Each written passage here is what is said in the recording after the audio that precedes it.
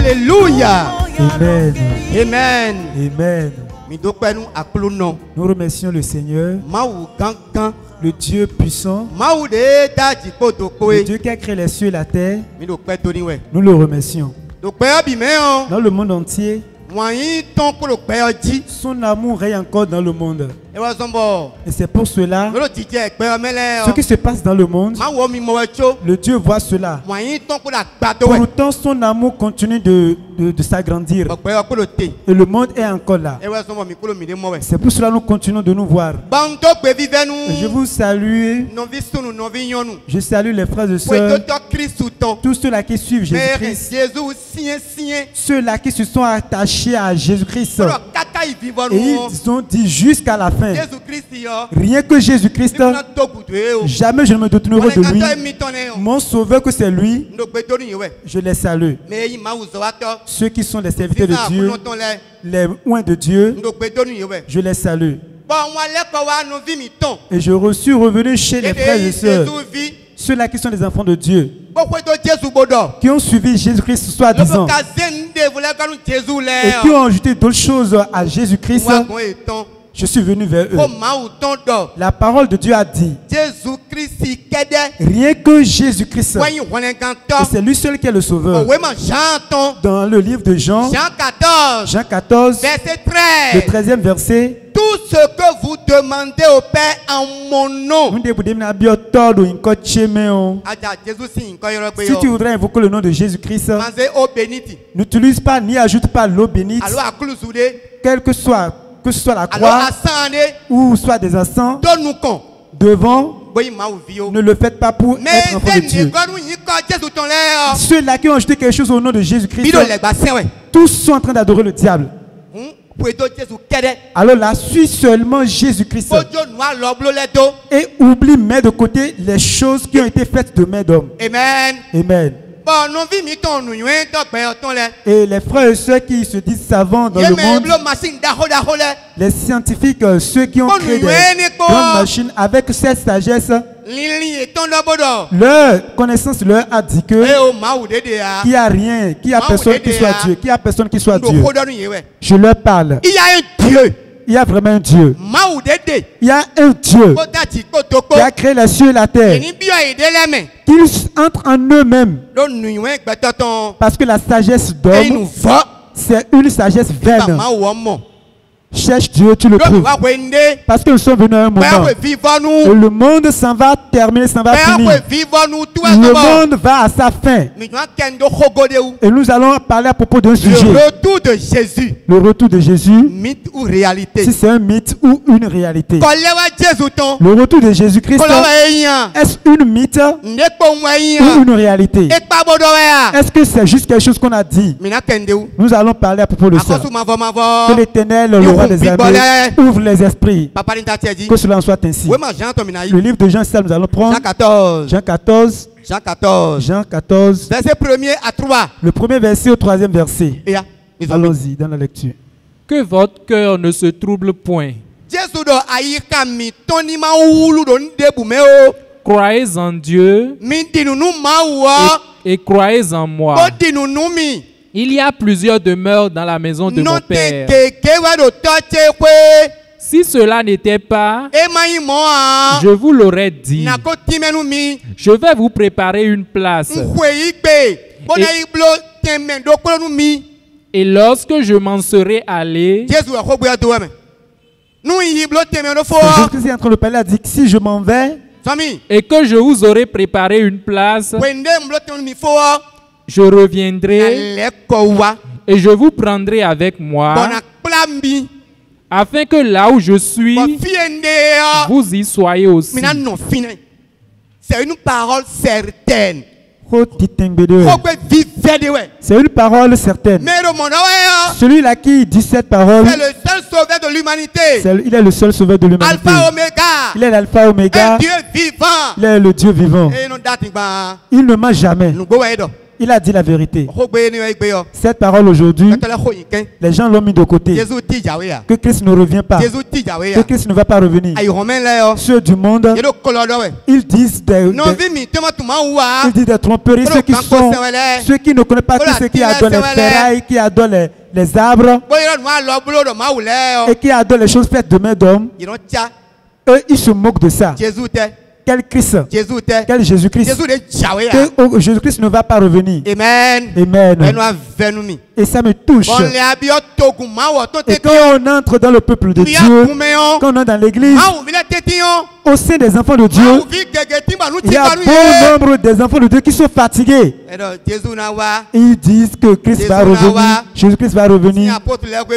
Depuis le temps des apôtres, depuis le temps des prières, jusqu'à présent, il n'est pas revenu. Christ ne va pas revenir. Pourquoi? Ils ont manqué de la capacité de la justice. Il y a bon nombre de personnes, bon nombre de chrétiens qui sont entrés dans le péché.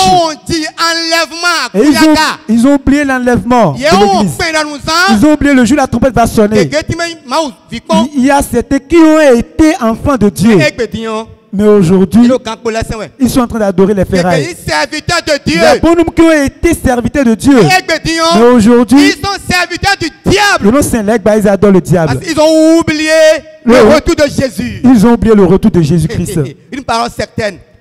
C'est une parole certaine. Il y a ce jour-là qui arrive. C'est pour cela. La parole de Dieu nous a dit quelque chose. Dans le livre 2 Pierre 3. 2 Pierre 3. À partir du 3e verset. Allons-y. Sachant avant tout que dans les derniers jours, il viendra des moqueurs avec leur raillerie. Il y aura les moqueurs avec leur raillerie. Mais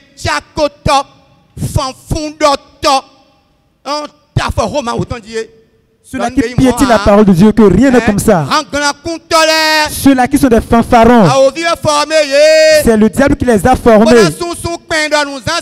afin de pouvoir effacer de leur cœur le jour où la trompe va sonner, pour que les enfants de Dieu deviennent des chrétiens mondains. Ceux-là qui disent des drôles, marchant selon leur propre convoitise et disant, où est la promesse de son avènement? Où est la promesse de l'avènement de Jésus? Christ va venir. Où est la promesse? Est-ce que ça s'accomplit maintenant? Car depuis que les pères sont morts, tout demeure comme dès le commencement de la création. Ils veulent ignorer, en effet, que des cieux existaient autrefois par la parole de Dieu,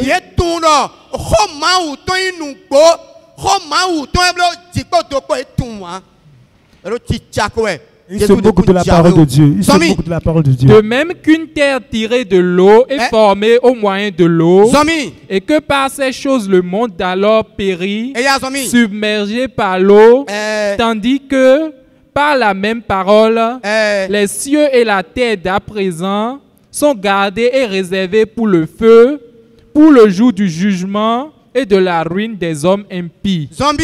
Mais il est une chose, bien-aimée, une chose qu'on ignore, que vous ne devez pas ignorer, c'est que devant le Seigneur, un jour est comme 1000 ans, et 1000 ans sont comme un jour.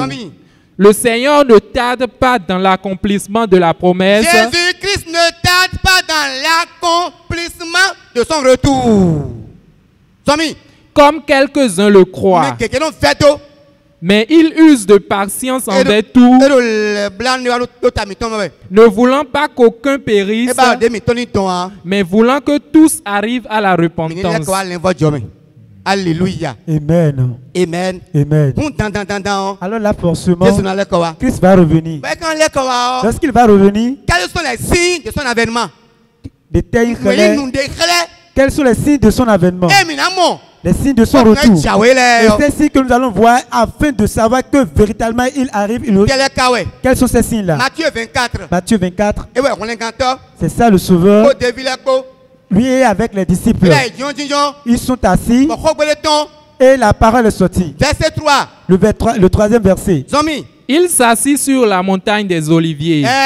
Et les disciples vinrent en particulier lui faire cette question. Dis-nous, quand cela arrivera-t-il? Et que sera le signe de ton avènement et de la fin du monde? Jésus leur répondit, prenez garde que personne ne vous séduise. Donc c'est ça. Bon, si nous, quand nous cantons, et le tout premier signe qui montre que Christ revient, le réveil de l'église. C'est ça le réveil de l'église. Christ revient, l'Esprit de Dieu, l'Esprit Saint serait en train de mouvoir, de se mouvoir au sein de l'église. Les enfants du royaume de Dieu, les épouses du Seigneur, vont se préparer. L'Esprit Saint va les apprêter. Et ils ont dit le moment va arriver.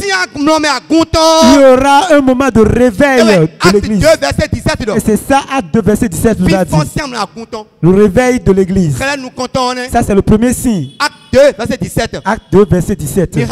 Lisons-le. Dans les derniers jours, dit Dieu, je répandrai de mon esprit sur toute chair.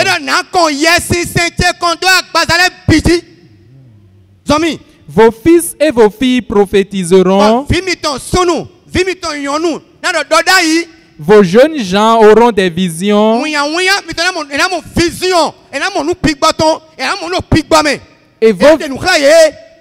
Et vos vieillards auront des songes. Ça veut dire avertissement de l'église. Cela signifie que l'église serait avertie, serait réveillée par l'Esprit de Dieu. Et à travers les différents signes, afin de pouvoir rappeler aux enfants de Dieu que très bientôt, que Christ va revenir. Le réveil spirituel de l'église. On a dit que l'Esprit de Dieu serait répandu au sein de l'église. Et Ézéchiel 11, le 19e verset. Là, qu'en ce moment, quand l'heure va sonner, et que l'église a reçu l'inspiration, elle commence par être réveillée spirituellement. Jésus-Christ a dit qu'il va préparer son peuple. C'est ça le premier signe. L'église quittera le péché. Deux combien d'accord l'ensemble des enfants de Dieu qui vont aller au ciel. L'Esprit de Dieu viendra afin de pouvoir donner le chemin, leur tracer le chemin, leur tenir la main, leur faire lever de la chute pour emprunter le chemin de la justice. Et c'est le moment où nous sommes en train de traverser. Amen. Amen. Lisons le livre d'Ézéchiel. Je leur donnerai un même cœur. Et je mettrai en vous un esprit nouveau. Je prendrai deux hommes qui sont des ennemis et ils vont s'aimer les uns les autres. Ils vont devenir une seule vierge. Je leur donnerai un même cœur. Cela veut dire qu'il n'y aura plus la méchanceté. Il n'y aura plus la mésentente. Il n'y aura plus la rancune. L'église deviendra une seule. Allons-y. J'ôterai de leur corps le cœur de pierre. Et je leur donnerai un cœur de chair. Ils auront un cœur de chair. Afin qu'ils suivent mes ordonnances.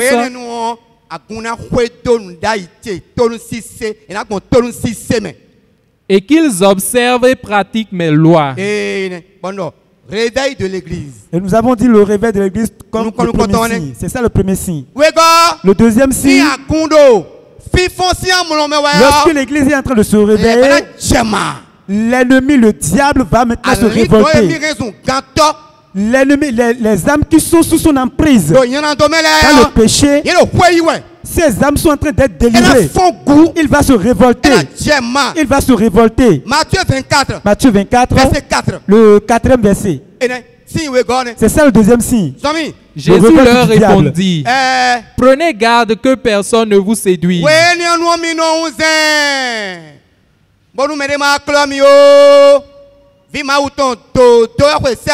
Enfant de Dieu, c'est la justice qui ira au ciel. Esprit de Dieu, c'est lui qui va te transformer en enfant de Christ. Que personne ne t'arrache ta vie. Allons-y. Car plusieurs viendront sous mon nom, disant, c'est moi qui suis le Christ. Et ils séduiront beaucoup de gens. Les faux prophètes.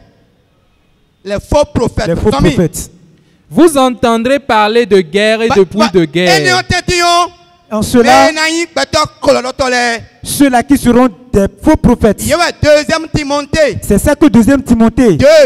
2 Timothée 2, verset 4. Le 4e verset. 2 Timothée 2. 2 Timothée 2, verset 4. Le 4e verset.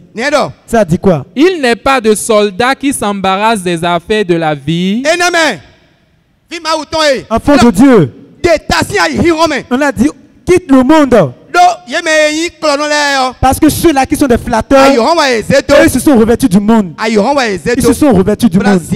Afin de pouvoir faire déchu, faire chuter les enfants de Dieu. Et en ce moment, en ce temps-là, quand on regarde dans le monde, le Luc 21, le 11e verset, et on va dire qu'il y aura les tremblements de terre. Il y a beaucoup de choses qui vont se passer. Il y aura les tremblements. Et ce serait pire. Les temps seront difficiles. Les temps seront difficiles. Luc 21. Luc 21. Verset 11. Il y aura de grands tremblements de terre et en divers lieux des pestes et des famines. Il y aura des phénomènes terribles et de grands signes dans le ciel.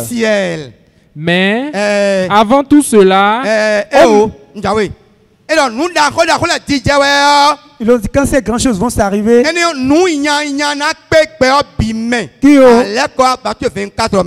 on revient dans Matthieu 24. Car alors, la détresse sera si grande qu'il n'y en a point eu de pareil depuis le commencement du monde jusqu'à présent. Il y a des choses qui vont se passer dans le monde. Et qu'il n'y en aura jamais. Et si ces jours n'étaient abrégés, personne ne serait sauvé. Donc c'est ça. Et quand on revient au 29e verset, aussitôt après ces jours de détresse, le soleil s'obscurcira, la lune ne donnera plus sa lumière, les étoiles tomberont du ciel et les puissances des cieux seront ébranlées. Alors, le signe du Fils de l'homme paraîtra dans le ciel.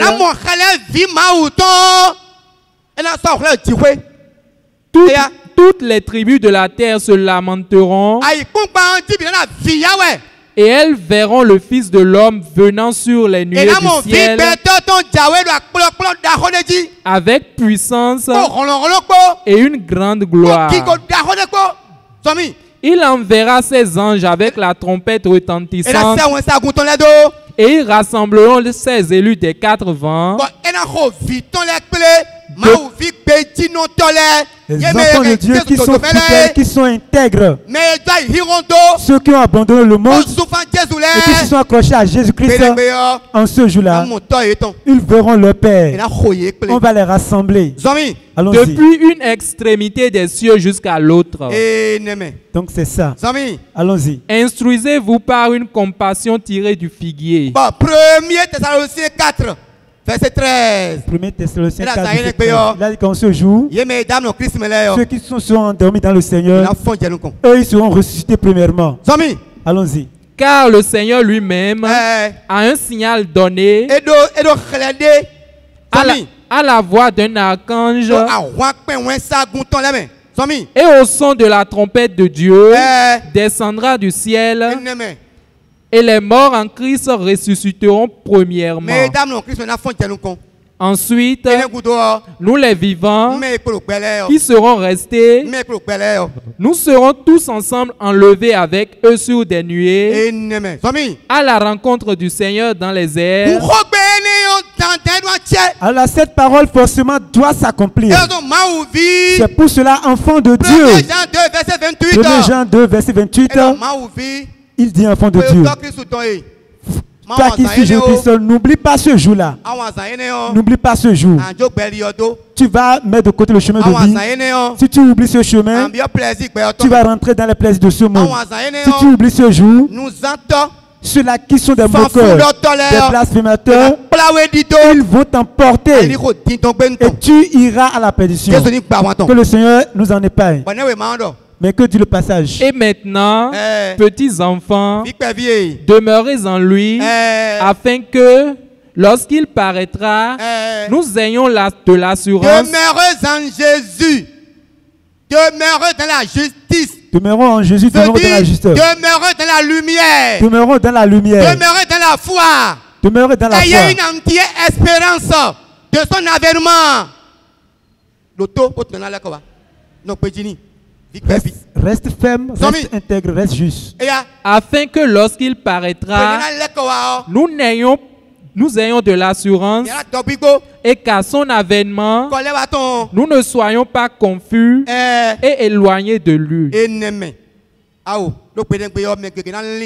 Parce qu'en ce jour, il y a bon nombre de personnes qui seront loin de Dieu. Il y a des gens qui sont enfants de Dieu. Lorsqu'ils ont vu Christ tel qu'ils sont, ils ne sont pas dignes. Et ils vont dire, qu'est-ce qui s'est passé? Il est véritablement venu.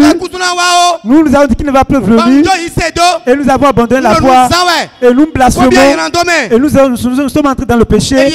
Voilà qu'il est venu. Et ils vont commencer par pleurer. Pas se lamenter. Dis Seigneur, sauve-moi.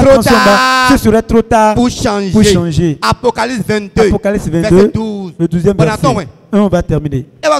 C'est pour cela. Christ va revenir. Christ va revenir. Il a dit qu'il ne va pas tarder.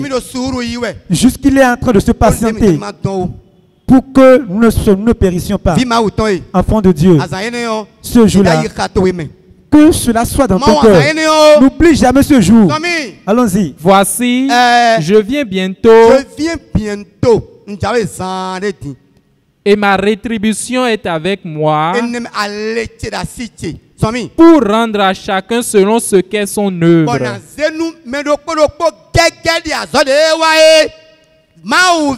Enfant de Dieu, toi qui suis Jésus-Christ, tu es auprès de quelle œuvre maintenant? Est-ce la justice ou le péché ou les souillures? Examine ça. Le jour est approche. Continue. Je suis l'alpha et l'oméga. Le premier et le dernier. Le commencement et la fin. Heureux ceux qui lavent leurs robes afin d'avoir droit à l'arbre de vie. Ils sont en train de blanchir leur robe parce qu'ils savent que Christ vient et ils se rendront auprès de l'arbre de vie. Et d'entrer par les portes dans la ville. Dehors les chiens. Dehors sont les chiens. Les enchanteurs, les impudiques, les meurtriers, les idolâtres et quiconque aime et pratique le mensonge. Il a dit qu'en ce jour, eux-là, ils ne seront pas heureux. Moi, Jésus, j'ai envoyé mon ange pour vous attester ces choses dans les églises. C'est ça que tu entends aujourd'hui maintenant. Ce que tu entends aujourd'hui, c'est l'ange de l'Éternel qui te dit cela. Je suis le rejeton et la postérité de David, l'étoile brillante du matin. Et l'esprit et l'épouse disent, viens. Et que celui qui entend dise, viens. Alors là, forcément, Christ va revenir. Et en ce jour, ce serait un jour de consolation. Et c'est fini. Il y a les rassemblements de ce monde. L'église serait enlevée. Ceux qui vont rester sur la terre, eux ne seront pas enfants de Dieu. Ils vont courir à travers les églises. Et Christ est venu, la trompette a sonné, et qu'il va attendre la deuxième trompette. Il n'y a pas une deuxième trompette qui va sonner. C'est une seule trompette qui va sonner et l'église sera enlevée et c'est fini. C'est pour cela, enfant de Dieu, prépare-toi. N'oublie pas ce jour. N'écoute pas les drôles, les plaisanteries du monde. Prends la parole de Dieu et tu prends dans ton cœur parce qu'il a dit, je leur donne la vie et elles ne paieront jamais. Mon Père qui est dans les cieux, c'est lui qui me les a confiés. Et en n'importe quel moment, rien ne peut me les ravir.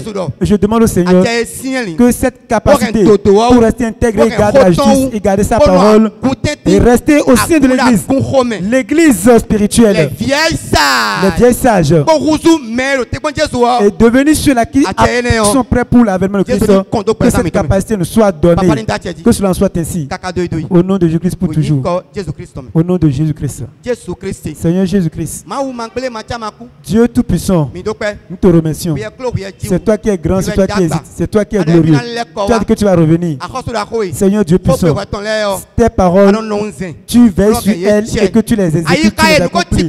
Les cœurs qui se sont déjà lassés et qui sont tombés, Seigneur Jésus-Christ, que la lumière se illumine dans ces cœurs. Père, que cela soit ainsi pour toute l'éternité. Au nom de Jésus-Christ. Amen. Amen.